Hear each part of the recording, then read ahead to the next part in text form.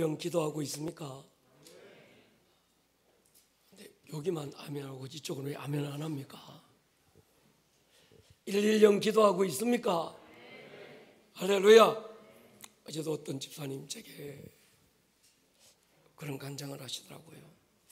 목사님, 110 기도의 파워가 어마어마하다는 걸 느꼈다는 거예요. 기도의 집에 와서 오전에 앉았는데 몇 명이 그냥 기도하는데 자기 귀에 1000명이 막 기도하는 그 방음 소리가 얼마나 큰지 한 1000명이 막 기도하는 것 같아서 깜짝 놀라서 돌아보니까 몇 명 안 앉았더래. 근데 자기만 그렇게 그냥 하는 그걸 경험한 줄 알았는데 다른 몇몇 분들도 그 자리에 앉았던 분들이 그런 경험을 했다는 거예요. 여러분, 성경에 보면 주님의 음성이 요한계시록에 보면 많은 물소리처럼 주님의 음성이 들렸다. 그 많은 물소리, 우리가 영으로 하나님께 기도할 때 주의 천사들이 그 물소리로 함께 기도할 줄로 믿습니다. 방언기도 많이 하셔야 합니다. 일전에 한번 우리 선교팀들이 잠비아 그 폭포 이름이 뭐죠? 빅토리아 폭포를 갔을 때 깜짝 놀랐어요. 그 빅토리아 폭포에서 쏟아지는 그 물소리가 그냥 소리가 아니라 완전 압도되는 어마어마한. 그래서 우리는 빅토리아 폭포를 지나가면서 막 감탄사만. 오늘 이 밤에 주님의 음성이 많은 물소리처럼 들리기를 주의 이름으로 축원합니다. 그래서 오늘은 성령의 권능에 대해서 말씀을 함께 나누고, 다음 주 금요 철야 때 성령 세례와 방언, 그리고 성령님의 방문, 이 세 가지 주제가 어떻게 연결이 되고 어떻게 다른지 여러분들과 함께 좀 다음 주 금요 철야 기대가 됩니까? 우리가 성령 세례와 성령님의 방문, 인격적인 방문은 달라요. 우리 안에 성령님이 내주하시는 그 사건과 가장 친밀함으로 우리 일을 찾아오시는, 개인적으로 우리의 삶에, 개인적으로 나의 삶에 개입하시고 찾아오시는 그분의 방문, 이건 다른 거죠. 그래서 다음 주에 우리가 함께 나누어 봤으면 좋겠습니다. 오늘 누가복음 4장 16절로 21절 우리 같이 한번, 은혜로운 목소리 없지요? 같이 한번 읽겠습니다. 시작. 예수께서 그 가난하신 곳 나사렛에 이르사 안식일에 늘 하시던 대로 회당에 들어가사 성경을 읽으시려고 서심해 선지자 이사야의 글을 들이거늘 책을 펴서 이렇게 기록된 데를 찾으시니 곧 주의 성령이 내게 임하셨으니 이는 가난한 자에게 복음을 전하게 하시려고 내게 기름을 부으시고 나를 보내사 포로된 자에게 자유를, 눈먼 자에게 다시 보게 함을 전파하며 자유롭게 하고 주의 은혜의 해를 전파하게 하려 하심이라 하였더라. 책을 덮어 그 맡은 자에게 주시고 앉으시니 회당에 있는 자들이 다 주목하여 보더라. 이에 예수께서 그들에게 말씀하시되 이 글이 오늘 너희 귀에 응하였느니라 하시니. 아멘. 오늘 이사야 61장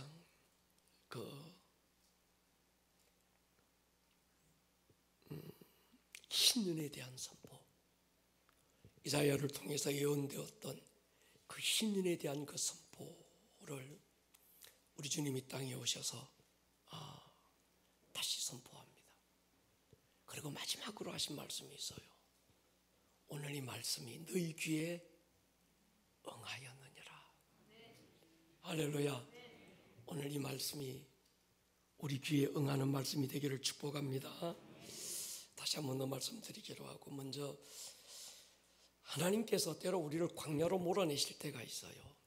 다른 복음서에서는 예수님이 40일을 금식하시기 위해서 금식하신 다음 마귀에게 시험을 받으려고 광야로 나가셨다 이렇게 기록되는데, 사도행전을 기록했던 누가복음에서 성령이 예수를 광야로 몰아내셨다. 내가 원해서 광야로 간 것이 아니라 어떤 강권적인 성령님의 역사에 의해서 몰아내신. 여러분, 우리도 살면서 그런 때가 있습니다. 내가 원치 않았음에도 내 의지와는 전혀 상관없이 어떤 하나님의 손이 나를 광야로 몰아내실 때가 있어요. 거기에는 이유가 있지요. 광야에서 죽으라고 내모시는 것 아닐 겁니다. 광야 히브리어로 미드바르라고 하는 이 히브리어는 말씀이라는 다바르의 어원이 함께 연결되어 있습니다. 그러니까 광야와 말씀은 같은 단어예요. 여러분, 광야는 주님의 음성이 증폭되는 곳인 줄로 믿습니다. 광야에 가면 들려오지 않던 주님의 음성이 들려와요. 광야가 아니면 들을 수 없는 주님의 음성, 광야가 아니면 볼 수 없는 주님의 얼굴, 우리 있기 때문인 거죠. 이 코로나라고 하는 이 광야 우리 지금 통과하고 있습니다. 그러니까 여러분, 출애굽기 때 우리가 5가지 광야 잘 배웠습니다. 첫 번째 광야 뭐죠? 수르 광야. 이스라엘 백성들이 애굽에서 나왔는데 홍해 건너고 사흘이 되니까 마실 물이 떨어졌어요. 근데 앞에 보니까 어떤 수르라는 곳에 왔는데 큰 마실 물이 준비되어 있어요. 그래서 막 가서 마셨는데 그 물이 쓴물이라 도저히 마실 수 없는 물입니다. 백성들이 불평과 원망으로 쓰러질 때 모세가 한 나무가지를 꺾어서 그 나무가지를 물에 던지니까 쓴물이 단물이 되는, 그 나무가지는 십자가인 줄로 믿습니다. 그래서 우리가 때로 우리의 삶 속에 어떤 쓴물이 나올 때 있지요.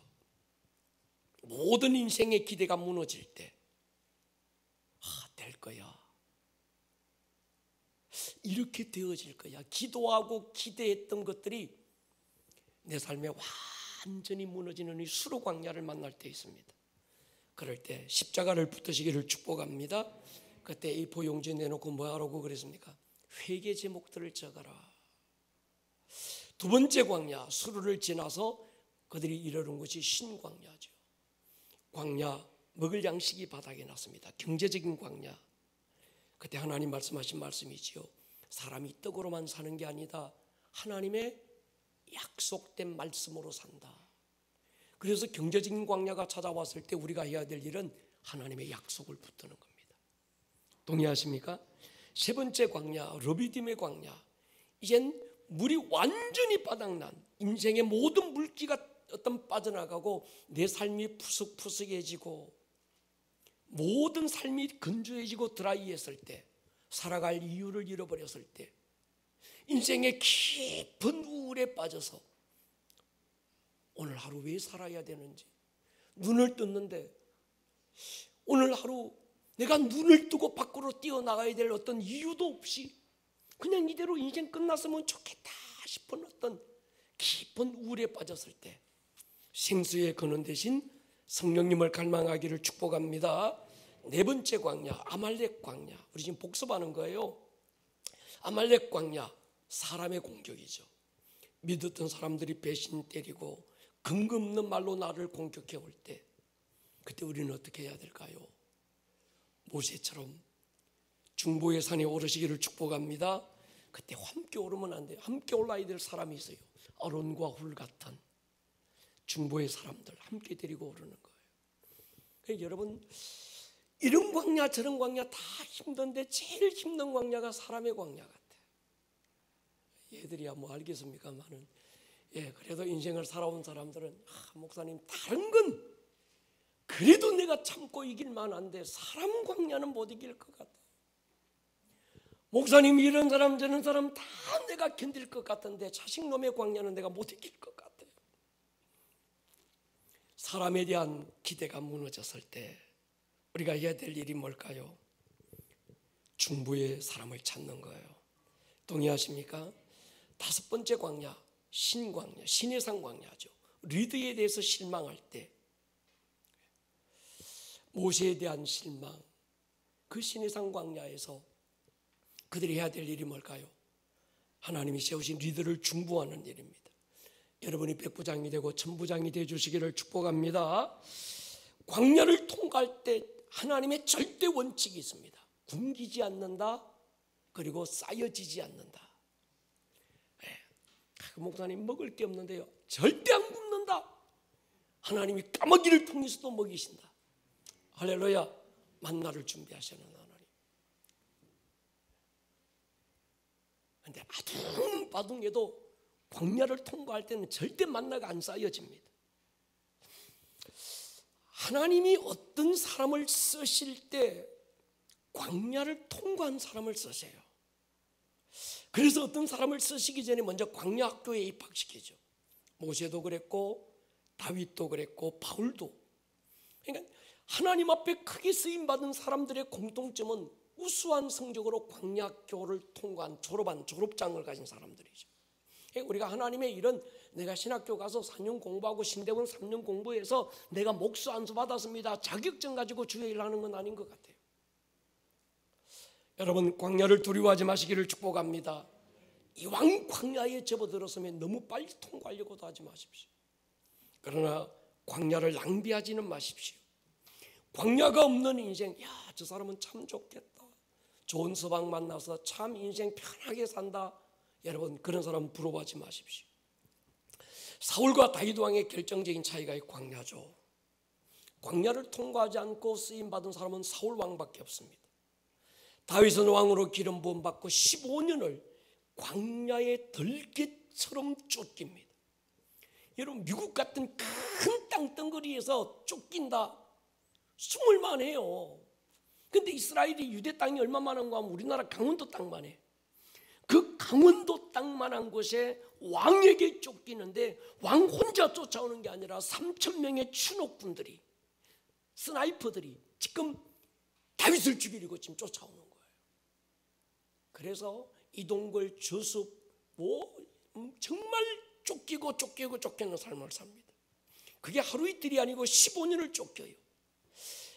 여러분, 하루 이틀이 아니고 15년을 쫓긴다, 마음이 피폐될 수 있습니다.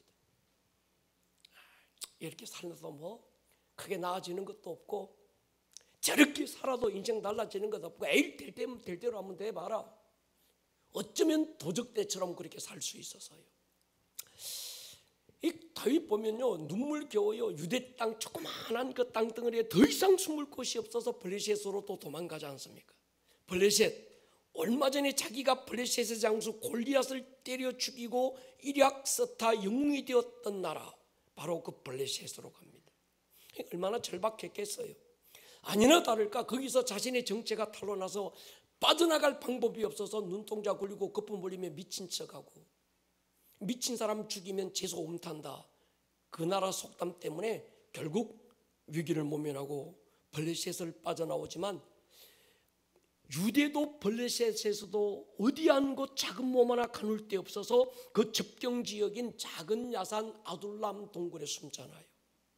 근데 거기 있을 때 빚진 자, 마음이 원통한 자, 어떤 이런 상처 입은 자들이, 정말 그 똘마니들이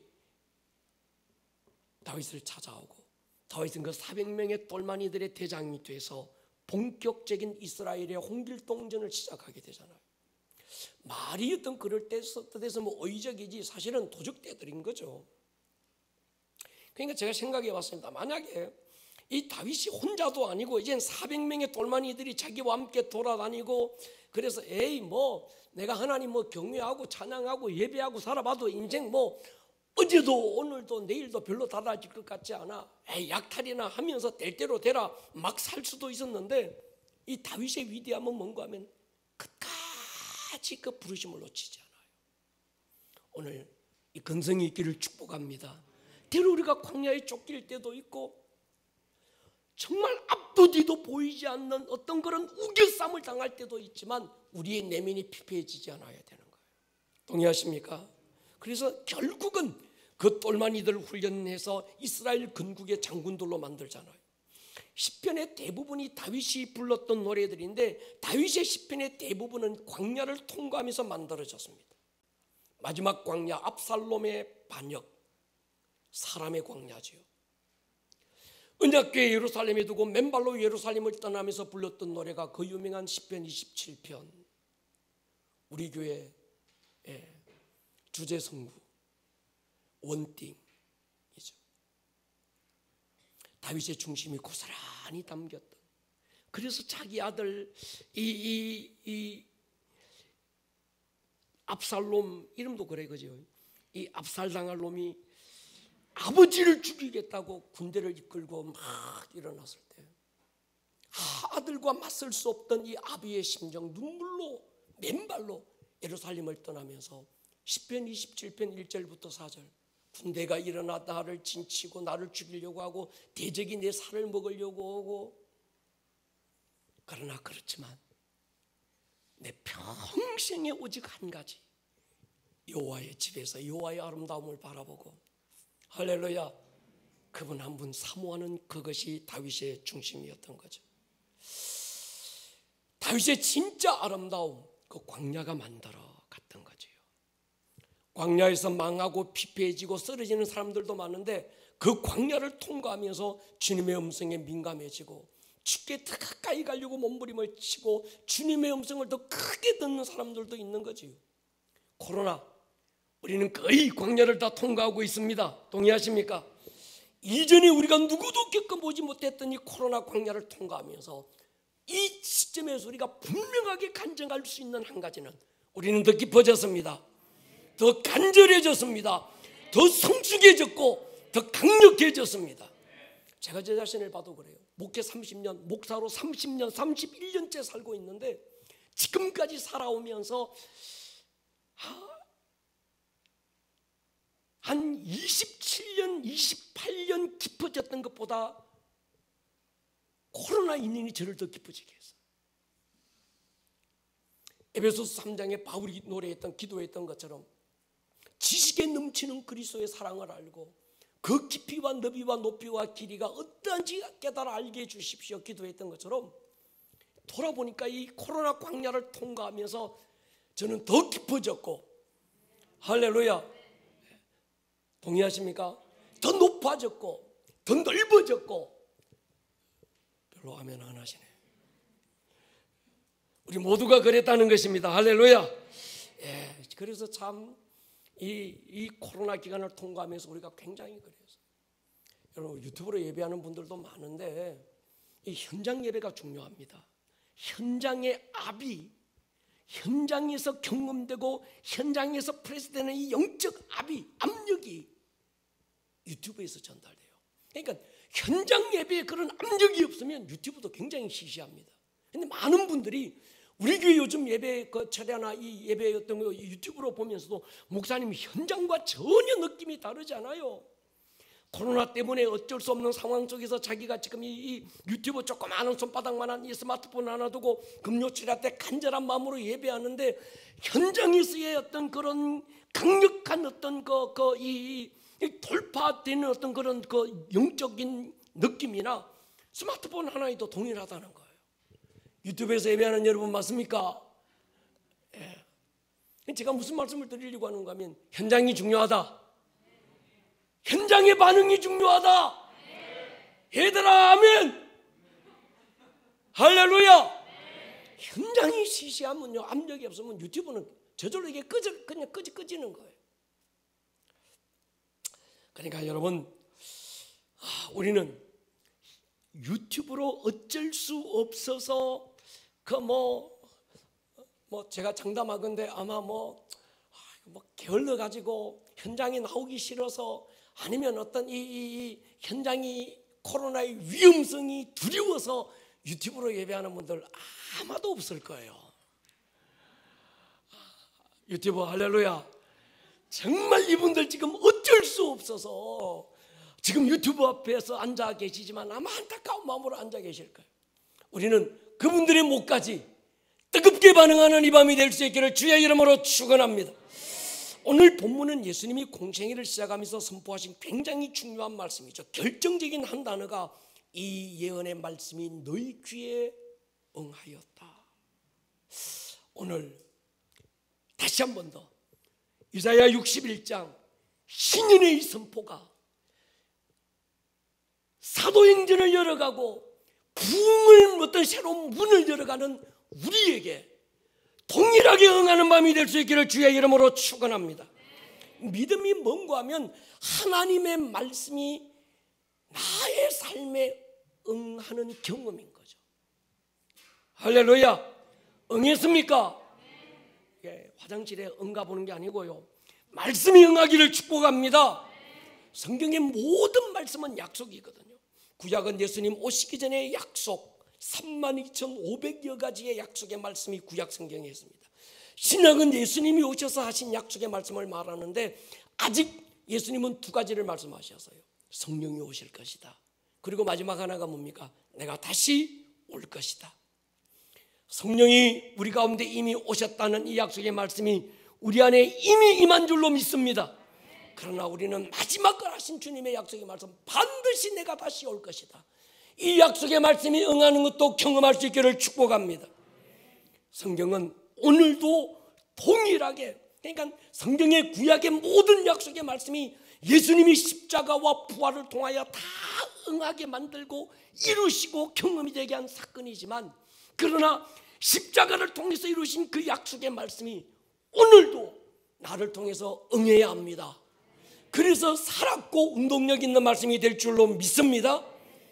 여러분을 통해서 그 예언의 말씀이 응하기를 기도하는 거예요. 우리는 성경을 연구하는 자들이 아니죠. 막연히 성경 읽었다 내가 몇 도겠다 자랑하는 자들도 아니죠. 내가 성경 얼마만큼 알고 있어야 성경의 지식을 자랑하는 자들도 아닙니다. 불교 경전이나 아니면 어떤 이런 어떤 공자, 왈, 맹자왈, 그들이 했던 말은 하나의 종교적인 경전이 될 수 있지만 하나님의 말씀은 경전이 아니라 경험하고 응해야 될 약속의 말씀인 줄로 믿습니다.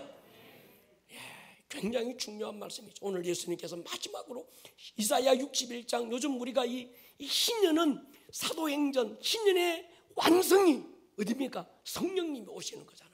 주의 영이 내게 내리셨으니 하시면서 주의 영이 임하시면 희년이 선포되는 그 내용이 뭡니까? 마음이 상한 자가 치유되고, 묶인 자가 풀어지고, 갇힌 자가 자유케 되고, 근심의 옷이 기쁨의 찬송으로 옷으로 바뀌고, 슬픔과 탄식이 머리였던 이 기쁨의 화관이 되고, 할렐루야, 은혜의 해가 선포되기를 축복합니다. 구약의 이사야가 예언했던 희년에 대한 그 예언의 선포, 우리 예수님이 마지막으로 오셔서 이미 너희 귀에 오늘 응하였느니라. 그때 그네들에게 하신 말씀이라면 오늘 우리는 이 부흥을 우리가 기대하고 있고, 사도행전, 그래서 성령님이 오시는 이 대로를 열고 있는, 이 준비하고 있는 이 시즌에 우리 교회에 다시 한 번 더 동일하게 응하는, 우리 가운데 이루어지는 경험이 되는 그 말씀이 될 수 있기를 주의 이름으로 축원합니다. 요즘 저는 그렇게 기도해요. 방언 기도 막 할 때마다, 그리고 하나님 앞에 무릎 꿇을 때마다 하나님 희년을 선포합니다. 교회 안에서 강단에서 희년이 선포됐습니다. 주님이 희년이 선포로 끝나는 게 아니라 응하게 하여 주십시오. 우리 귀에 약속의 말씀이 경험되게 하여 주십시오. 이 말씀이 이루어지는 사건이 되게 하여 주십시오. 기었고 주의 말씀이 내 삶에 경험되는 사람, 그게 믿음인 거죠. 여러분, 성경을 읽고 듣지만 어떤 자세로 읽고 듣는가가 굉장히 중요합니다. 사일전 2장 13절 보십시오. 같이 한번 읽을게요. 시작. 이러므로 우리가 하나님께 끊임없이 감사함은 너희가 우리에게 들은 바 하나님의 말씀을 받을 때 사람의 말로 받지 아니하고 하나님의 말씀으로 받음이니 진실로 그러하도다. 이 말씀이 또한 너희 믿는 자 가운데서 역사하느니라. 바울이 하나님께 끊임없이 감사하는 한 가지 조건이 있습니다. 돈도 어떤 명예도 권력도 아닙니다. 데살로니가 교회가 하나님의 말씀을 받을 때, 바울을 통해서 전해지는 하나님의 말씀을 들을 때가 아니고 받을 때 사람의 말로 듣는 것이 아니라 하나님의 말씀으로 받았다. 여러분, 하나님의 말씀으로 받을 때 이 말씀이 믿는 자에게 응할 줄로 믿습니다. 사람의 말은 귀로 듣지만 하나님의 말씀은 마음으로 받는 거예요. 동의하십니까? 여러분, 성경의 모든 말씀은 비유가 아니고 실제입니다. 동의하십니까? 네. 하나님의 약속의 말씀이 내게 실제가 되는 사람, 바로 믿음의 사람이죠. 성경에 아브라함의 이야기가 나오지만 성경은 아브라함의 위인전기가 아니죠. 성경에 다윗의 했던 이야기들이 많이 나오지만 성경은 다윗의 위인전집이 아닙니다. 하나님의 말씀이 영이라는 말은 시간과 공간을 초월한다는 말이죠. 그러니까 여러분, 하나님의 말씀에는 그때가 없고 지금만 있습니다. 하나님의 말씀은 어제가 없고 내일도 없고 오늘만 있는 거예요. 영의 세계에 대해서 우리가 자꾸 육의 개념으로 볼 때 시제가 있어서 과거, 현재, 미래로 나누는데 이 4차원의 세계, 영의 세계에 들어가면 과거, 미래, 현재가 없습니다. 오늘만 있는 줄로 믿습니다. 그러니까 하나님의 말씀은 영이다. 그래서 예수님께서 내 말은 영이요 생명이다. 요한복음 6장 63절 보십시오. 살리는 것은 육인 영이니 육은 무익하니라. 내가 너희에게 이런 말이 영이요 생명이라고 할 때 예수님의 말씀이 영이라는 말은 예수님의 말씀은 시제가 없다는 말이에요. 할렐루야. 예수님의 말씀은 어제가 없고 오늘만 있는 줄로 믿습니다. 오늘 내가 경험해야 될 말씀이고 오늘 나를 통해서 응하고 이루어지고 성취되어야 될 말씀인 거죠. 하나님의 말씀은 연구하라고 고고학적 가치로 우리에게 주신 게 아니지요. 말씀이 현재가 되고 실제가 되는 일에 도전할 수 있기를 주의 이름으로 축원합니다. 우리는 성경을 읽을 때마다 목사님 이 말씀이 이해가 안 돼요. 이해하려고 읽지 마라. 아무리 네가 머리 굴려도 성경 못 이해한다. 그럼 어떻게 해야 됩니까? 경험해라. 할렐루야. 성경은 이해하는 말씀이 아니라 경험해야 되는 거예요. 그러니까 읽으면서 하나님 이 말씀이 이해가 안 되는데 그렇게 기도하지 말고 밑줄 쫙 긋고 주여 이 말씀이 내게 경험되게 하여 주십시오. 나를 통하여 응하게 하여 주시옵소서. 그러니까 이 기도, 십자가는 오늘 내가 경험해야 될 말씀인 거죠. 동의하십니까? 예수님의 부활은 오늘 내가 경험해야 될 나의 사건이 되어야 되는 거죠. 그러니까 우리 교회는 말씀 중심이요. 뭔데? 성경 연구 엄청 해야. 우리 목사님 막 성경 파고들고 성경 쪼개는 거 보면 기가 막혀요. 성경은 쪼개는 거 아닙니다. 어디 돌입니까? 지가 석수쟁입니까? 여러분, 성경 중심, 말씀 중심 이 말은 말씀을 연구하고 공부하는 것이 아니고 그 말씀을 경험하는 겁니다. 그 말씀을 누리는 것입니다. 사도행전을 풀어가고 우리가 열어가면서 기도하는 큰 제목, 이사야 41장 18절 보십시오. 제가 요즘 붙드는 말씀이에요. 내가 헐벗은 산에 강을 내고 골짜기 가운데 샘이 나게 하고 광야가 못이 되게 하며 마른 땅이 샘 근원 되게 할 것이다. 이 말씀을 붙드시기를 축복합니다. 하나님, 헐벗은 산에 강을 내십시오. 골짜기가 샘이 되게 해주십시오. 광야 같은 인생 오아시스의 연못이 생기게 해주십시오. 메마른 이 땅 샘의 근원이 우리 교회가 되게 하여 주십시오. 그래서 기도합니다. 선포합니다. 하나님, 우리 교회가 인천 이 도시의 샘의 근원이 되게 하여 주십시오. 하나님의 성령의 능력을 아주 흘려보내는 어떤 그런 젖줄이 되게 해주십시오. 지난주도 말씀드렸지만 여러분, 에덴 동산에 대한 소개가 성경에 딱 세 군데 나와요. 딱 세 개 나오는데 하나는 뭔가 하면 아담과 하와를 에덴 동산 안에 살게 하셨더라. 두 번째는 에덴 동산 중앙에 뭘 두셨더라? 선악과 두셨더라. 세 번째는 에덴에서 흘러내린 물이 네 개의 강의 근원이 돼서 비손, 기온, 히데길, 유브라데 강, 그 강들이 에덴에서부터 흘러내린 그 강 네 개의 강이 온 세상을 살리는 근원이 되었더라. 이게 에덴 동산의 설명의 전부입니다. 창세기 2장 10절 보십시오. 강이 에덴에서 흘러나와 동산을 적시고, 그러니까 에덴에서 흘러나왔던 그 강물이 에덴 동산을 축축하게 적시고 그 물이 거기서만이 아니라 내 근원이 되어서 세상을 살리는 젖줄이 되었습니다. 세상을 살렸던 에덴 그 강, 갈보리 언덕으로 흘러서 십자가 위 우리 주님 옆구리로부터 터져나와서 세상을 살리는 영적 힘의 근원이 되잖아요. 그 강물은 거기서 멈추지 않습니다. 예수님 하늘로 가시고 아버지께 구해서 보내주신 성령을 통해서 생수의 강, 성령님을 통해서 생수의 강은 오늘도 흐르고 있는 줄로 믿습니다. 요한복음 7장 보십시오. 같이 한번 읽을게요. 시작. 명절 끝날 곧 큰 날에 예수께서 서서 외쳐 이르시되 누구든지 목마르거든 내게로 와서 마시라. 나를 믿는 자는 성경의 이름과 같이 그 배에서 생수의 강이 흘러나오리라 하시니 이는 그를 믿는 자들이 받을 성령을 가리켜 말씀하신 것이라. 아멘.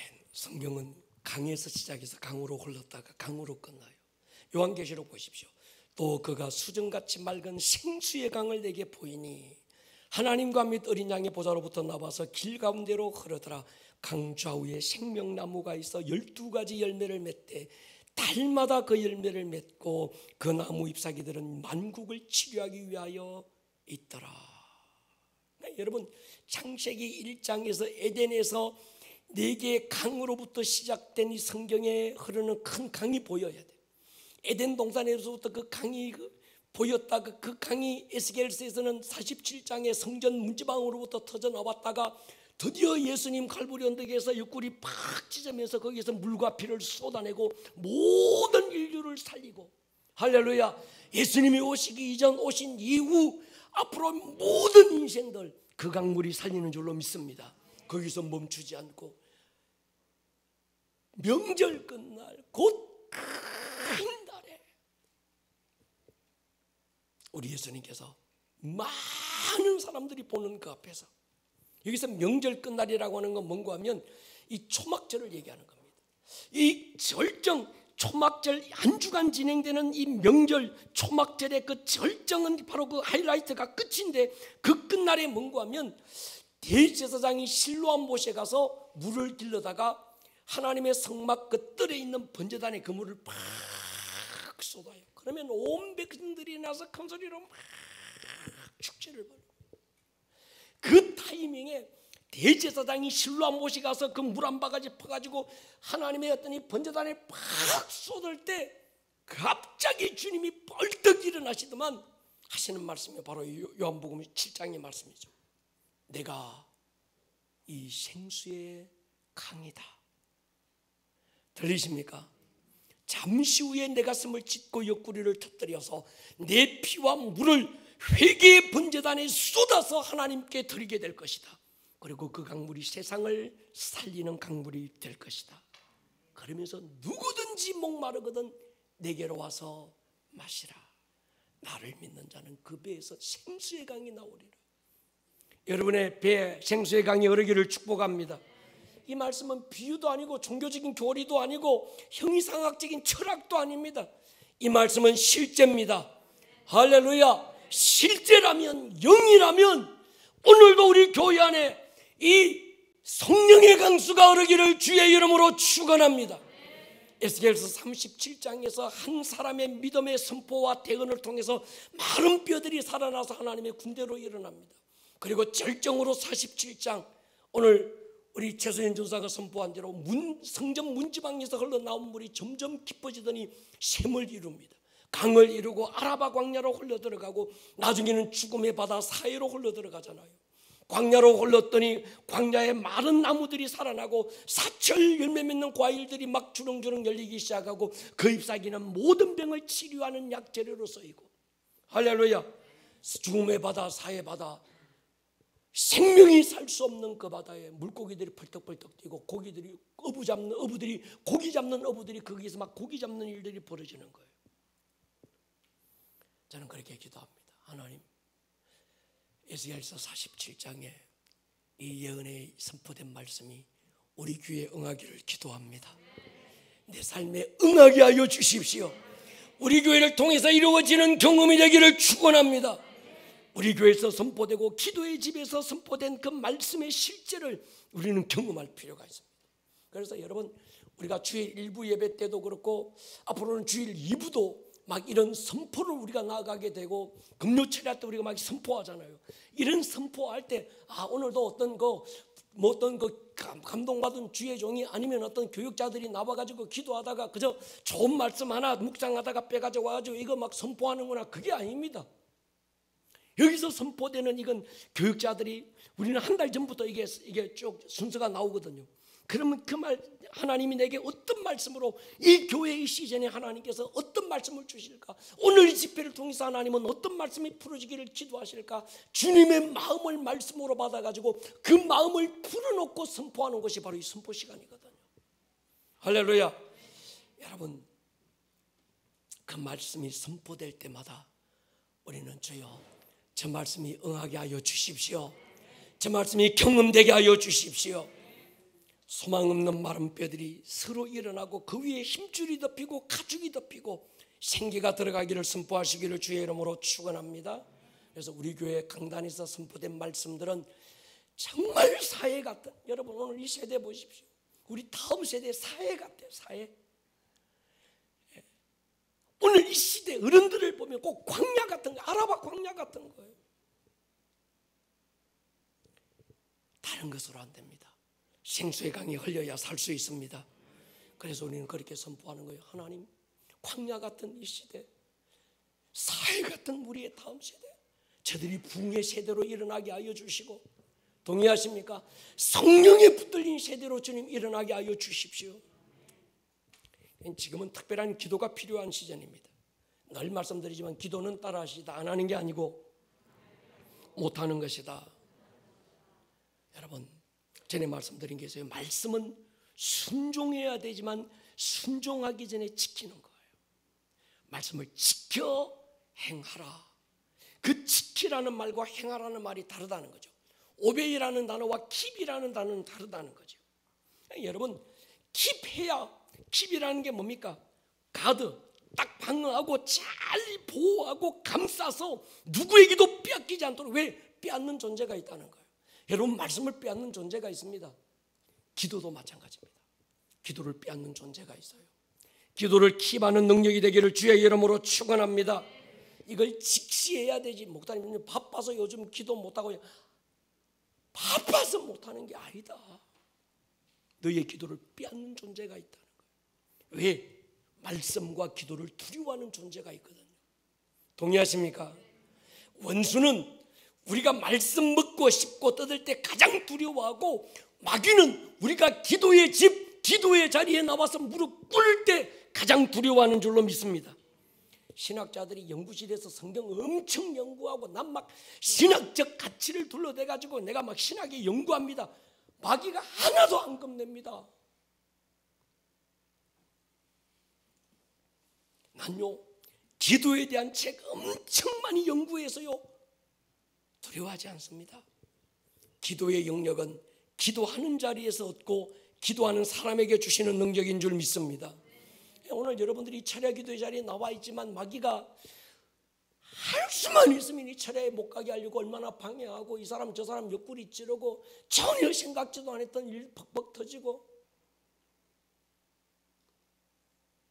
우리 예배를 무너뜨리고 박태준 전사 발목 부러뜨려 놓고, 지금 마지막으로 우리 이승민 전사 지금 무릎 어떻게든 한번 해보려고 지금 옆에서 쑤시고 있고, 두려워하지는 않습니다. 할렐루야. 기도해 주시기를 축복합니다. 아마 오늘도 뭐 유튜브 뭐 이래서 그냥 유튜브에 참여한 분들은 없을 거예요. 제가 바라기는 상황이 안 돼서 그런 거지. 벽을 쳐야 기둥이 흔들릴 것 같아요. 할렐루야. 여러분, 사도행전의 영성이 뭘까요? 기도의 영성이죠. 엔타임의 영성은 기도의 영성입니다. 흰옷 입고 산에 들어가서 음악 짓고 사는 게 아닙니다. 마지막 때가 가까울수록 모이면 기도하고 흩어지면 기도하자. 할렐루야. 하루에 1시간 영으로 기도하자. 목사님은 아무리 얘기해도 나는 안 한다 이러면 안 됩니다. 우리 함께 하십시다. 가정 안에서 가족들끼리 영으로 1시간 기도하시고, 할렐루야, 가정의 역사가 일어날 것입니다. 목장 안에서 함께 영으로 기도하고 목장 안에서 성령의 바람이 불 것입니다. 우리 교회 안에 이것이 막 영적으로 막 이 거대한 파도가 될 때 홀리 퍼펙트 스톰이 일어날 줄로 믿습니다. 그래서 방언기도 다음 주 금요철에 때 방언기도에 대해서 자세하게 제가 풀어드릴 텐데, 이 방언기도 수도 밸브 여는 것과 똑같다고 제가 말씀을 드렸습니다. 밸브만 열면 생수가 막 밸브를 통해서 막 수도 꼭지를 통해서 팍 쏟아져 나오는 것처럼, 오른쪽으로 돌면 뜨거운 물 나오고 왼쪽으로 돌면 찬물 나오는 것처럼, 우리 안에 내 영에 계신 성령님께서 내 혼을 통해서 육으로 내 삶에 나와야 되는데, 이 혼이라는 지정의가 자존심이, 교만이, 욕심이, 세상에 이런저런 어떤 사치와 이런 것들이, 육신의 정욕과 안목의 정욕과 세상의 자랑들이 혼이라고 하는 이 밸브가 딱 닫아놓은 거예요. 그러니까 이게 내 안에 계신 성령님이 나타날 수가 없어. 할렐루야. 여러분, 방언 기도요, 한 10분쯤 지나고 15분, 20분쯤 되면요, 이게 혼이 열리기 시작할 거예요. 저게 무슨 소리고 안 해본 거예요. 할렐루야. 여러분, 우리가 기도하면 저는 인천의 공기가 바뀔 줄로 믿습니다. 기도하는 나는 작고 기도하는 나는 미약하지만 내 기도를 듣고 응답하시는 그분은 크신 분입니다. 이 도시 안에 강한 영적 진동이 일어날 줄로 믿습니다. 1세기 사도행전의 촛대가 주님, 인천 땅에 다시 세워지기를 기도합니다. 에베소 교회에서 내가 촛대를 옮길 거야, 옮겨버리기로 결정하셨던 주님의 의지가 주님 오늘 이 시대 우리 교회를 통해서 이 인천 땅에 다시 주의 촛대가 세워지게 해주십시오. 그런 두려움이 있거든요. 한 사람의 목회자로 살아가면서 하나님께서 이 부흥의 촛대를 대한민국에서 옮기시는 것 아닐까? 이런 막 초바심, 두려움, 불안, 이게 제 안에 있는 거예요. 여러분, 1세기 사도행전의 촛대가 주여 우리 교회에 옮겨지기를 선포하십시다. 그래서 막 개인마다 방언하실 때마다, 여러분 목장 안에서 함께 기도할 때마다 주여 사도행전이 시작되고 교회가 사도행전의 시즌을 선포하고 천문을 열었습니다. 사도행전에서 일어났던 1장 14절에 몇 여인들과 예수의 어머니 마리아와 그 예수의 형제들과 더불어 한 마음이 돼서 오로지 기도에 힘썼던 그 기도의 영성이 주여 우리 교회 안에 일어나게 하여 주십시오. 부흥을 출산하는 어떤 기도의 힘 말이죠. 예수님이 마태복음 16장에서 내 교회를 세울 거다 주님의 가슴에 착상됐던 그 교회 에클레시아가 우리 교회 가운데서 이제 출산돼야 됩니다. 동의하십니까? 여러분, 바울이 고백했던 것처럼 너희 믿음이 사람의 지혜의 권한은 말에 있지 않고 다만 성령의 나타나심과 그 능력으로 하여, 너희 믿음이 사람의 지혜에 있지 않고 다만 하나님의 능력에 있게 하려 하였노라. 동의하십니까? 하나님은 오늘 이 시대에 그런 사람을 찾는 것 같아요. 얼마나 잘났느냐, 얼마나 많이 배웠느냐, 얼마나 많이 가졌느냐, 얼마나 똑똑하냐, 주님의 관심은 거기에 있지 않습니다. 네가 얼마나 성령의 사람이냐는 거예요. 할렐루야. 저는 그렇게 확신합니다. 주여, 우리가 기도하면 내 집안의 가문의 공기가 바뀔 겁니다. 내가 기도로 작수하는 순간에 내 사업의 현장의 공기가 달라질 줄로 믿습니다. 우리 교회가 기도하면 인천의 영적 공기가 바뀔 줄로 믿습니다. 이게 실제가 되어 경험되는 걸 우리가 볼 거예요. 그걸 우리는 부흥이라 이렇게 부르는 겁니다. 사도행전, 누가복음 동일저자지요. 원저자는 성령님이시지만 누가라는 사람이 누가복음도 사도행전도 기록합니다.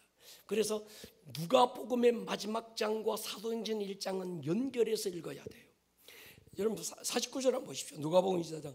볼지어다 내가 내 아버지께서 약속하신 것을 너희에게 보낸다. 아버지께서 약속하신 것 위로부터 능력으로 입혀질 때까지. 그러니까 아버지가 약속하신 게 뭔가 하면 위로부터 어떤 능력이 입혀진다는 거예요. 이 그 입혀질 때까지 이 성에 머물러라. 사도행전은 어떻게 기록하는가 하면요, 사도와 함께 모이사 그들에게 분부하여 이르시되 예루살렘을 떠나지 말고 그 성이 예루살렘이어서 내게 들은 바 아버지께서 약속하신 것 기다리라. 그게 뭡니까? 성령으로 세례를 받으리라. 할렐루야. 목사님, 성령 꼭 받아야 됩니까? 성령 받는 게 옵션이가 성령 받는 건 필수입니다. 가만히 있으면 저절로 받는 거 아닙니까? 가만히 있다고 저절로 받는 거 아닙니다. 성령 받으십시다. 성령 위로부터 능력으로 입혀질 때까지 이 성을 떠나면 안 됩니다.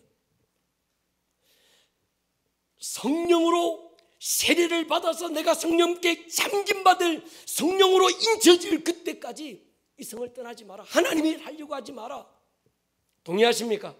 기도의 자리 떠나면 안 됩니다. 동의하십니까? 능력 받으십시다. 능력 받고 일하십시다. 하나님의 일은 일이 문제가 아니고 능력 받는 게 먼저입니다. 하나님의 사명은 사명 감당한다는 데 의지보다 성령 받는 게 먼저인 줄로 믿습니다. 능력은 누구에게 줄까요? 사모하는 자에게 주시는 거예요. 성령은 누구에게 부어줄까요? 하나님을 사모하고 갈망하는 자에게 부어주시는 겁니다. 신학교 졸업했다고 목사 안수 받았다고 하나님이 일하는 게 아닙니다. 반대로 신학교 졸업 안 했다고 하나님이 일 못하는 것도 아닙니다. 신학교 졸업장이나 공부가 필요 없다는 말 아닙니다. 오해하지 마십시오. 중요합니다. 그러나 그게 전부가 아닙니다. 우리 교회 어떤 분이 신학대학원에 목사님 이거 추천서 써달라고 해서 제가 그랬어요. 그분한테 부탁의 말씀을 드렸습니다. 가서 공부하는 것 좋다. 내가 추천서 잘 써줄 수 있다. 그러나 하나님의 일에 졸업장이 전부가 아니다. 여러분, 코로나 오고 이 어려운 시기에 저희 노예 목사님들이 한 60분 정도 되는데 40명 정도가 목회 임지가 없어요. 신학교 졸업하고 죄송합니다. 정말 공부도 열심히 잘하고 신학교, 신대원 다 했는데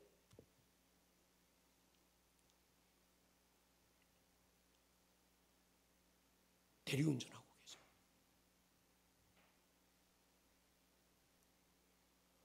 여러분, 졸업장이 중요하지요.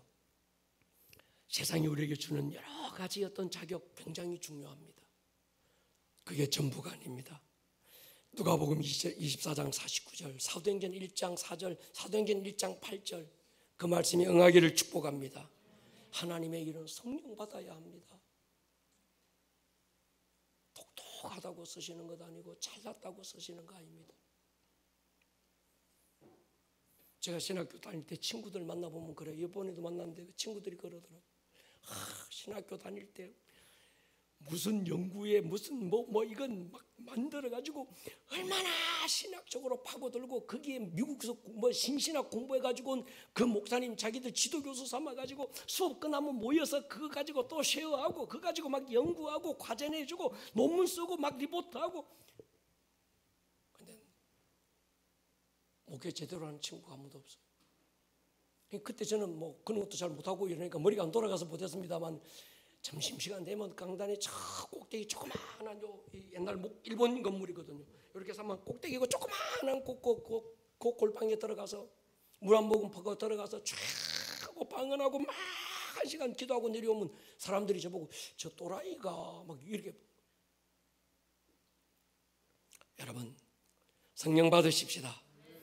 예, 저희 누가복음 24장 49절의 약속의 말씀, 위로부터 능력이 펴질 때까지. 할렐루야.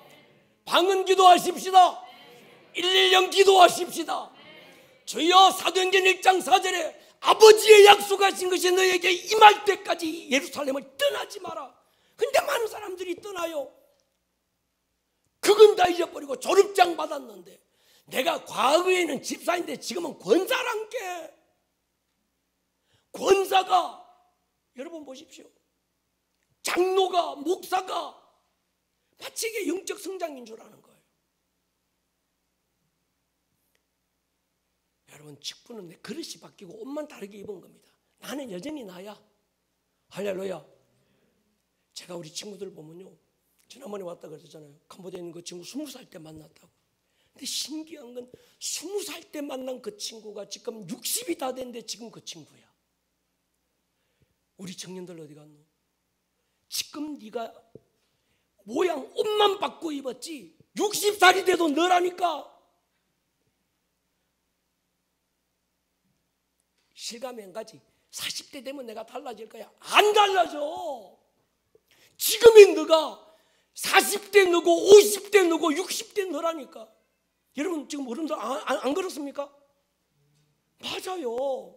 지금의 너가 중요한 거야. 지금의 우리 청년들이. 지금 청소년들 니들이 굉장히 중요한 거야. 지금 안 달라지면 안 달라진다니까. 여러분 보세요. 그냥 제가 하는 얘기인데, 그러니까 내가 목사님 내가 평신도 내 집사 땄어요. 내가 집사였는데 권사 됐어요. 지가 굉장히 영적으로 성장한 줄 알아요. 아닙니다. 장로 되면 내가 성장한 겁니까? 아닙니다. 그냥 옷만 바꿔 입은 거예요. 포지션만 달라진 거예요. 똑같습니다. 영적 성장은 그런 것으로 결정되는 게 아닙니다. 목사님 내가요 성령 체험하고요 갑자기 내가 막 어떤 영적 환상 열리고 대단한 영적 세계를 내가 보고요, 그게 영적 성장이 아닙니다. 체험일 뿐입니다. 여러분 영적 체험은요, 우리 아름다운 동행하지만 불신자가 육지되면 우리 방언 체험하고 치유 경험하고 다 했잖아요. 그건 정말 그런 상황만 만들어지면 얼마든지 영적 체험은 있습니다. 그 영적 체험이 영적 성장은 아니에요. 영적 성장은 뭔가 하면 어느 날 어느 순간에 어린애적 내가 보여야 돼. 그래서 쪽팔리고 부끄러워야 돼. 그때 왜 내가 그렇게밖에 반응하지 못했을까? 그때 내가 왜 그 정도밖에 말을 못했을까? 철없는 건 말이지. 내가 우리 목사님 속 지지리도 많이 썩였네. 아멘 안 하네. 그게 보여야 성장한 거라니까요. 보이십니까? 목사 속 썩인 거 보이십니까? 성장한 거요. 안 보이면 성장 안 했다니까. 그러니까 성장은요, 지난날 어린아이적 생각, 말하는 것이 어린아이 같고 깨닫는 게 어린아이 같고 생각하는 게 어린아이 같다가 장성한 자가 되면 어린아이적 일을 버렸다. 그게 버려진 내 모습이 보일 때 산은요 올라가본 높이만큼만 보여요. 산 아래에서는 안 보입니다. 자기가 올라간 것만큼만 밑에 내려다 보이는 게 있는 거예요. 영적 성장은 산과 똑같습니다. 내가 어린아이적 생각과 어린아이적 믿음, 어린아이적 그거 돈 가지고 막 주여 시옵소서, 주면 좋아서 할렐루야, 안 주면 놀렐루야 막 이렇게, 왜 내가 그것밖에 못했을까? 기도 나름대로 열심히 한다고 했는데 결국 보니까 나의 니들을 위한 어떤 그런 필요, 먹고 마시고 입고 사는 거 이거. 근데 어느 날 아름다운 꿈의 교회에서 주기도문을 강의하면서 이제는 하나님의 나라를 구하는 기도가 되고, 할렐루야, 하늘에서 이루신 하나님의 뜻이 막 부르짖기를 기도하면서 그때 왜 내가 그런 기도밖에 못했을까? 이게 보여야 영적으로 성장한 거라니까요. 할렐루야. 그러니까 이 코로나 시즌 때 우리는 더 높아졌고, 할렐루야, 깊어졌고 넓어졌고, 할렐루야. 그게 과거에 내가 보이는 거예요. 목사님 나도 마찬가지. 그 내가 보이는 거예요. 여러분, 누가복음에서는 이 성에 머물러라, 사도행전은 예루살렘을 떠나지 마라. 그들이 예루살렘에서 떠나지 않고 한 일이 뭡니까? 전혀 기도에 힘썼더라. 무엇을 위해서? 성령이 임하시기까지. 할렐루야. 여러분, 성령의 능력이 없으면 인간적인 권위와 인본적인 지성으로 주의를 하려고 해요. 차라리 안 하는 게 나아요. 내 의로 주의를 하려고 그러고 내 잘난 것 가지고 주의를 하려고 하면요, 구중물만 일으켜요.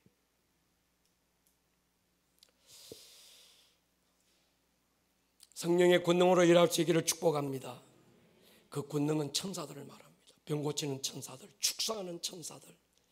우리가 전심으로 기도할 때, 우리의 영으로 기도할 때 천사들이 지원되는 거예요. 방은 우리가 이 시즌에 정말 중요한 이 시즌에 110 기도합시다. 하루 1시간 영으로 기도하자라고 하는 건 이 영으로 기도할 때 천사들이 움직이는 거예요.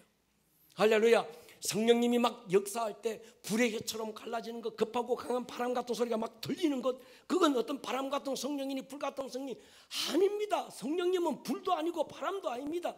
영은 눈으로 보이지 않는 분입니다. 동의하십니까?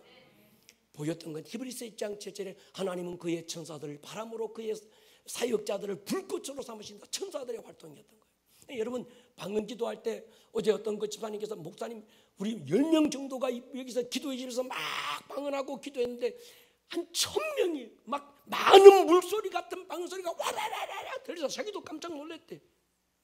천사들이 같이 일하는 거예요. 할렐루야. 여러분, 이 성령의 권능이 필요합니다. 주 여호와의 영이 내게 임하셨으니 오늘 그 말씀이 너희 귀에 응하였느니라. 마음이 상한 자 치유되고, 묶인 자 풀어지고, 갇힌 자 자유케 되고. 그래서 마음이 상한 자는 묶이고, 묶인 자는 갇히게 됩니다. 이게 연결되는 거예요. 어떤 사람은 상한 자가 있는데 어떤 사람은 갇힌 데까지 나아간 사람이 있어. 이 묶인 데까지 가는 데 있어. 내 의지가 내 마음대로 하는데 묶여가지고 가고 싶은데 나는 못 가. 가기 싫은데 끌려가. 묶인 거예요. 묶이다 보면 이 사람은 반드시 갇힙니다.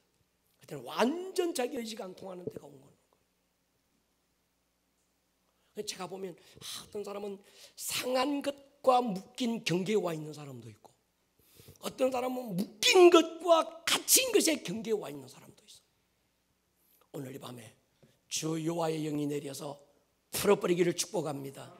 끊어버리기를 주의 이름으로 축원합니다. 성경의 클라이막스는 여기까지 해야 되는데, 성경의 클라이막스는 예수님의 십자가가 뛰어넘어서 성령님이죠. 요엘서의 클라이막스, 이사야의 클라이막스, 에스겔의 클라이막스는 십자가를 넘어 성령님입니다. 이사야 53장쯤 보면 십자가에 대한 구절이 많이 강조되고 있는데 60장부터 61장까지는 성령님에 대한 말씀이에요. 에스겔서 37장 마른 뼈 하나님의 군대로 일어나는 신기의 사건, 47장에서 성전 제단 안에서 터져나오는 생수가 점점 막 차오르는 그 사건, 이건 성령님에 대한 얘기죠. 예레미야 31장부터 본론적인 선포가 나오는데 그 핵심은 굳은 마음 지하고 부드러운 마음 주고 하나님의 율법이 돌이 아니라 너희의 마음의 심령에 새기겠다. 성령의 역사거든요. 여러분, 엘리야 사건 보십시오. 엘리야가 갈멜산에서 대성리를 경험합니다. 갈멜산 전투 보통 사건 아닙니다. 하늘에서 불이 떨어지는 거예요. 850명 이방 선지자 기손 친구로 끌어가서 목을 쳐서 피로 강을 이루었습니다. 엘리야는 그렇게 생각했을 거예요. 야, 하늘에 불이 떨어졌으면 끝났어. 이방 선지자들 다 죽어서 모든 세상이 한꺼번에 바뀔 줄 알았어요. 그런데 아무것도 안 바뀌었어요. 하늘에 불이 떠져도 세상은 안 바뀌었고, 그토록 자기들의 미혹을 끌고 가던 어떤 그 이방 선지자들을 다 죽여버리면 정말 그 백성들이 무너진 재단 수축하고 하나님께 돌아올 줄 알았는데 아무도 안 돌아왔어. 아합은 미쳐서 날뛰어서 이세벨과 함께 공모해가지고 엘리야 죽이지 않고서는 내가 먹지도 마시지도 한다 사생결단 자객들 보내가지고 막 광야로 쫓아다니고, 엘리야가 거기서 좌절해버리잖아요. 그래서 로뎀나무 아래 가서 뭐라고 그럽니까? 주여, 나 죽어야 되겠습니다. 살 이유도 없고, 이렇게 되는 거예요. 하나님께서 그 엘리야를 어디로 보냅니까? 사렙다 과부에게 보냈다가 그 다음에 하나님께서 호렙산으로 부르시잖아요. 호렙산, 하나님께서 이끄셔서 하나님의 성산 호렙에 이르렀습니다. 그때 하나님께서 엘리야에게 나타나세요. 따라하시다. 바지불새, 따라하시라니까. 바지불새. 그게 무슨 말입니까? 하나님이 나타나시는 현상을 지금 얘기하는 거예요. 바람, 강한 바람. 지 뭘까요? 지진이 막 땅이 갈라지는 지. 불, 거대한 막 이런 용암을 녹이는 불이 막 이런. 구약에 보면 하나님이 자기를 나타내시는 현상이 보통 이겁니다. 때로는 막 땅이 갈라지기도 하고 불이 떨어지기도 하고. 근데 하나님이 거기에 없었어요. 구약 속에 지금까지 하나님이 나타나셨던 그 현장 속에 하나님이 없었어요. 하나님은 전혀 새로운 모습으로 나타나셔요. 마지막 새가 뭘까요? 세미한 음성으로, 과거와는 전혀 다른 방법으로 주님이 엘리야에게 나타나시는 거예요. 할렐루야. 여러분 마찬가지입니다. 그리고 이 엘리야에게 나타나셔서 세미한 터치와 음성으로 그를 만지시잖아요. 엘리야의 생애는 성령의 나타나심을 보여주면서 끝이 납니다. 구약에서 하나님의 나타나심, 세미한 음성 같은 방법이 아니었습니다. 심판하고 즉각 보복으로 나타나고 땅이 갈라지든지 불이 떨어지든지 문둥병이나 각종 질병에서 한순간 몰살됩니다. 그런데 하나님께서 엘리야를 통해서 앞으로 나타날 하나님에 대해서는 다른 방법으로 세미한 음성 성령님에 대해 하신 것이죠. 여러분, 시간이 많이 갔기 때문에 넘어가겠습니다. 자, 우리 교회는 성령 받으십시다. 성령 사모하십시다. 이를 위해서 처음 그때 그 교회처럼 오로지 기도에 힘쓰는 교회가 되십시다. 거룩한 부흥을 출산하고 주님의 심장 속에 있던 그 교회를 출산하기 위해서 우리는 산고의 기도가 누군가를 통해서 필요하다면 우리가 그 기도의 사람이 되십시다. 우리 교회가 그 기도를 만들어내십시다. 이것이 우리의 믿음입니다. 세 번째 10days 리바이벌을 우리가 준비하고 있어요. 지난 두 번의 10days 리바이벌 코로나 시즌에서 코로나의 중력과 성층분을 우리가 뚫어냈던 강력한 집회였지만 저는 이번 이 집회는 상상 못할 강력함이 나타날 것입니다. 사도행전이 본격적으로 열리고 있는 이 시즌에 우리나라 기도의 최고의 강사들을 하나님이 예비하셨습니다. 믿습니까? 그래서 이 10days 리바이벌이 될 때까지 110 사도행전 1장 14절에서 몇 여인들과 이름 없는 여인들, 감추어졌던 그 여인들, 그리고 예수님의 어머니 마리아와 예수의 아우들로 더불어 마음을 같이하여 오로지 기도에 힘썼다. 할렐루야. 우리가 그때 부흥을 출산하고 10days 세 번째 그 리바이벌 때 정말 우리 교회 안에서 강력한 부흥이 출산되고 지금까지 우리가 기도해오고 선포해왔던 사도행전적 바로 그 교회가 모든 어떤 그런 가문들이 열리기 위해서 우리가 산고의 기도를 이어갈 것입니다. 할렐루야. 그래서 주 여호와의 영이 내게 내리셨으니 내게 기름을 부으사, 기름 부으사. 기름 부음 받은 자가 누구예요? 그리스도. 그리스도인은요 성령의 기름 부음 받은 예수의 사람들을 말하는 줄로 믿습니다. 기름 부음을 받은 자 예수님이시지만 예수님만 기름 부음 받으시는 게 아니죠. 모든 그리스도인, 그리스도라고 하는 그리스도의 사람, 그리스도 기름 부음 받은 그 예수 그리스도를 닮아가는 그 사람은 오늘도 동일하게 기름 부음 받아야 합니다. 할렐루야. 기름 부음에 세 가지 의미가 있습니다. 따라합니다. 탁월하게 한다. 어느 영역에 탁월한 어떤 그 사람은 실력이 아니라 기름 부음입니다. 두 번째, 권세와 능력의 부음.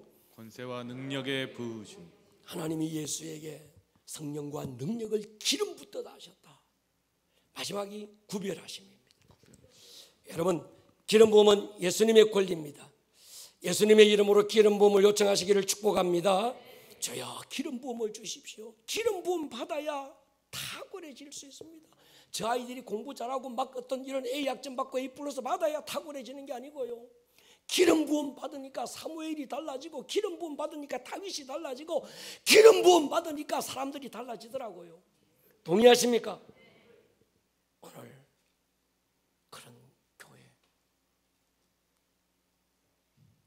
여러분 보십시오. 저는 저희 집안의 신앙의 선대예요. 불교 집안, 술저증꾼 집안, 알코올 중독자 집안에 제가 장손으로 태어나서 우리 집안 꼬라지를 보니까 희망이 하나도 없어서 이 가문을 어떻게 바꿀까? 제게 확신이 있어서요. 예수님이면 바꿀 수 있다. 할렐루야. 그래서 나는 우리 집안이 아브라함이 될 거야. 그래서 신명기 28장에 보면 정확하게 불순종하고 우상단지 섬기는 집안 3대 지나면 저주가 나타납니다. 반대로 신앙의 3대가 지나면 축복이 구체적으로 나타나고 보여집니다. 그래서 저는 기대가 있어요. 내 자식 때에는 저희 어머님이 권사고 제가 목사고 제 아들 때에는 신명기 28장의 그 축복이 눈으로 보여질 것이다. 할렐루야. 여러분의 집안에 이 복이 있기를 축복합니다. 성경을 자세히 보면요, 바울과 실라 빌립보 지하 감옥에서 찬송하고 기도하고 예배했을 때 착고가 풀어지잖아요. 감옥이 트가 진동하고 옥문이 터집니다. 간수가 깜짝 놀라서 가보니까 죄수들이 도망한 줄 알고, 그래서 스스로 자기를 알려고 폼 딱 잡는데 바울이 쫙 나타나잖아요. 짠 나타나는 바울 보고 제가 귀신 본 줄 알고 막 깜짝 놀랐다가 이 강조가 뭐라고 그럽니까? 우리가 어떻게 해야 구원받을까요? 바울이 믿음의 굉장한 유명한 선포를 하죠. 주 예수를 믿으라. 그리하면 너와 내 집안이 구원받을 거다. 혼자만 아니죠. 온 집안 가문이 구원을 받는다는 거예요. 여러분, 간수 직업이 뭔지 아십니까? 간수는요, 하루 종일 어두컴컴한 지하 감옥에서 사람 고문하고 때리고 패고 죽이고 사형시키고, 이게 대를 이어서 그 저주가 그 집안에 흘러가는 굉장히 복잡한 집안이 간수의 집안입니다. 가끔씩 전쟁 영화 보면 월남전, 중동전쟁에 참전했던 용사들, 고통이 전쟁 끝나고 자기 나라에 돌아왔는데도 그 전쟁에서 있었던 트라우마를 벗어나지 못해서 막 정상적인 삶을 살지 못하는 사람 많이 보잖아요. 그게 그냥 전쟁 영화가 아니고 실제 그렇다고 그러더라고요. 제가 볼 때 이 감옥의 간수도 내가 제대로 못 살았을 것 같아요. 생각해 보세요. 하는 짓이 맨날 사람 두들겨 패는 거야. 사람 고문하고 막 하는 짓이 맨날 사람 사형시키고 죽이고 거짓말해. 근데 이게 제대로 인간이 바뀌었겠냐 이거예요. 아마 그 사람의 문제가 아니라 자손의 문제까지 흘러가기 시작했을 거예요. 그래서 선포합니다. 너만이 아니라 네 가문의 그 저주가 끊어질 것이다. 할렐루야. 여러분의 가문이 가문이 되기를 주의 이름으로 축원합니다. 이번에 110 기도, 가문의 공기가 달라지기를 선포합니다. 견고한 진들, 가문에 뻗어있는 그런 썬뿌리들, 저주들이 끊어지기를 축복합니다. 여러분의 가문에 성령의 기름 부음이 흐르기를 축복합니다. 할렐루야. 기름 부음이 쌓여요. 그래서 오늘 하나님 위로부터 능력이 펴질 때까지 예루살렘을 떠나지 마라. 아버지의 약속하신 성령을 기다리라. 성령이 임하면 권능을 받는다. 기름 부음을 받는다. 할렐루야. 그래서 우리 교회 예배 때 전문을 탁 열고 누가 들어오면 그 기름 부음에 함께 젖어버려야 돼. 할렐루야. 뭐라고 예배한 것도 아닌데 딱 앉는데 눈물이 팍 쏟아지고 성령님이 만지기 시작하고 그 가문에 흐르는 저주가 끊어지기 시작하고, 할렐루야. 그런 교회가 되게 하여 주십시오. 그런 가문으로 일어나게 하여 주십시오. 머리를 한번 숙여 보십시다.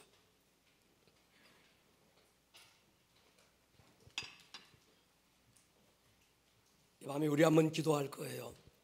주님, 예수님께서 말씀하셨습니다. 누가복음 4장에서 이사야 61장 흰인에 대한 선포를 하시면서 마음이 상한 자 치유되고 묶인 자 풀어지고 갇힌 자 자유케 되고, 오늘 이 약속의 말씀이 너희 귀에 이루어졌느니라. 할렐루야. 주님, 우리 교회 안에 에덴 동산에 걸렸던 셈의 근원이 우리 교회의 근원이 되게 하여 주셔서 모여든 성도들의 가문 안에 생수의 강이 흐르게 하여 주십시오. 아멘. 인천이 도시에 흐르는 생명줄이 되게 하여 주십시오. 아멘. 살리는 강이 되게 하여 주십시오. 아멘. 나만이 아니라 나의 다음 세대, 우리의 다음 세대까지 주여 이 축복의 어떤 생수가 흘러가는 교회가 되게 하여 주십시오. 아멘. 이 시간 우리 한번 자리에서 일어설 것입니다. 오늘 설교가 좀 길어져서 죄송합니다. 그러나 여러분 중요합니다. 이 밤에 기도하실 때 주님, 내가 내 가문에 셈의 근원이 될 것을 선포합니다.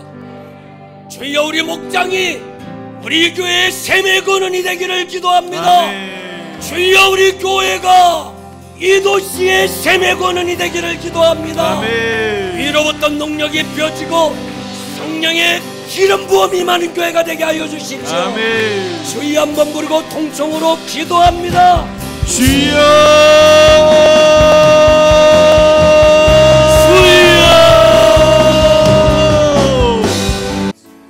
오늘 들었던 이 말씀이 듣는 말씀에서 끝나지 않고 여러분들의 삶에 살아내는 말씀으로 생명력 있는 말씀이 될 수 있기를 주님의 이름으로 다시 한번 축복합니다. 온 하늘